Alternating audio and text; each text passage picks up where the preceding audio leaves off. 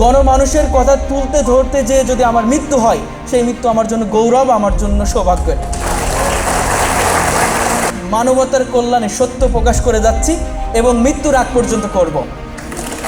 আমি যাকে দেখে সাংবাদিকতা শিখেছি এবং যার অনুপ্রেরণায় আমি সাংবাদিকতা এখনও করি, আমি যাকে গুরু বলে মানে এবং যাকে আমি সবসময় স্মরণ করি, সেই মহামানব আমাকে একটি কথা বলেছিল, দেখো গণমাধ্যম যখন গণমানুষের কথা তুলে ধরে, কথা বলতে বলতে তার মৃত্যু হয়ে যায়। সাংবাদিকতা করতে হবে মানবতার কল্যাণে, সামান্য ভিউয়ের আশায় নয়।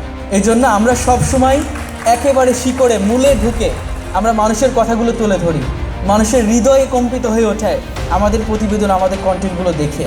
আমি সবাইকে উদারতা আহ্বান করব, যারা গণমাধ্যম কর্মী আছেন তারা গণমানুষের বন্ধু হয়ে মানুষের কথাগুলো তুলে ধরো, দেখবেন গণমাধ্যম আজকে সম্মানিত হবে। আমি অবাক হয়েছি, একজন রিক্সা চালক আমার পেছন থেকে ডেকে বলছে, মামা এদিকে আসেন, আপনার প্রতিবেদন, আমি প্রতিটা প্রতিবেদন দেখি, আপনার প্রতিবেদন দেখার জন্য 7টার সময় বসে থাকি, আপনাদের দেশের পত্র এত সুন্দর প্রতিবেদন করে যে আমি মুগ্ধ হই।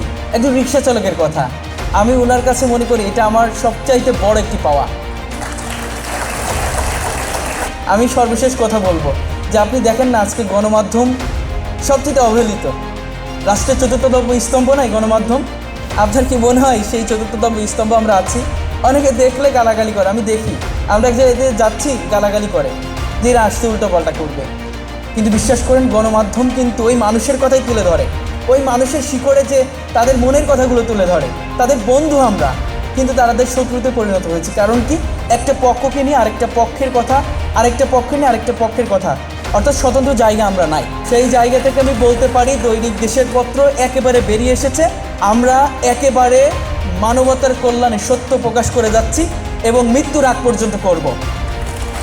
আবারও অনেক অনেক কৃতজ্ঞতা প্রকাশ করছে এবং আমি আমার জন্য দোয়া চাচ্ছি এবং আমাদের টিমের জন্য সবাই দোয়া করবেন যেন আমরা প্রকৃত সত্য গণমানুষের কথা গণমানুষের সামনে তুলে ধরতে পারি। সবাইকে আল্লাহ হাফেজ, আসসালামু আলাইকুম।